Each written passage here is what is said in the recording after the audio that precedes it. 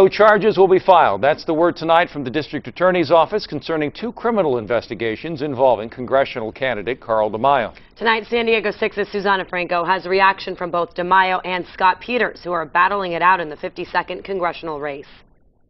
One investigation involved a break-in and burglary at candidate Carl Demaio's campaign headquarters. Demaio believes a former campaign staffer was responsible. But that same person set off the second investigation by accusing Demaio of sexual misconduct.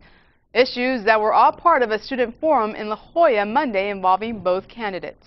So the reason you have not been as transparent in terms of releasing documents to the public is because you believe that this is unnecessary, or you're unwilling to do so? I think what's important is that this is still a criminal investigation into the break-in in my office, and I want to make sure that this person is held accountable. But just as Demaio answered questions, the district attorney's office announced no criminal charges would be filed in either case, citing insufficiency of evidence. We caught up with Demaio to get his reaction. This is a happy day because this confirms what I was told long ago, that there was not a shred of merit to these allegations. Allegations by Demaio's former campaign worker Todd Bosnich. The 28-year-old claims Demaio touched him inappropriately and masturbated in front of him and then offered him $50,000 to remain silent. Now San Diegans know the truth, that law enforcement thoroughly investigated this troubled individual's claims against me and found no substantiation. Demaio insists Bosnich made up the story after becoming the prime suspect in the break-in of Demaio's campaign headquarters. I am disappointed that not enough evidence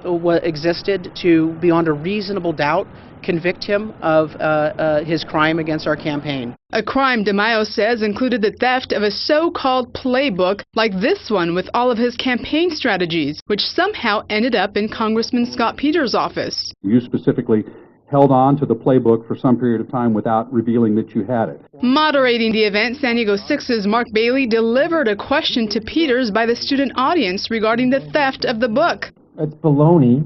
Let me just tell you, I didn't have a playbook. There's no such thing. While not calling it a playbook, Peters acknowledged receiving something but turning it over to authorities. I called the police chief that day, said we were going to give it to her. She said she thought that was appropriate. We gave it to her the next day. We questioned Peters further after the forum. What was exactly handed to your office? Again, it was not a playbook. It was not in a binder. What did it look like?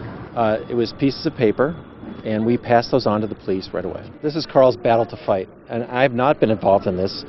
Despite what he said. Peters would not say where that information came from. Meantime, both candidates did agree on one thing. With less than 3 weeks before the election, they want to focus on key issues like immigration reform and job creation, as well as getting voters to the polls on November 4th. Susana Franco, San Diego 6 News. Well, also today, Carl Demaio hosting a news conference to bring attention to the city's pension system. The top San Diego government pension payout hit $785,679 last year. Demaio says despite the passage of pension reform measure Prop B in 2012, there are still excessive annual payouts being made to hundreds of employees, including a retired police captain, sergeant, and assistant chief, each receiving more than $780,000 from the city's pension system in 2013. Instead of someone walking out of government with $785,000 in pension payouts in 1 year alone, those dollars ought to go back into the programs that we need the most, like after-school programs, daycare programs, library hours. In all, 5 retirees in San Diego's pension system each received over $700,000 in 2013, 8 made over $600,000, 13 over $500,000, and 40 made over $300,000 that year.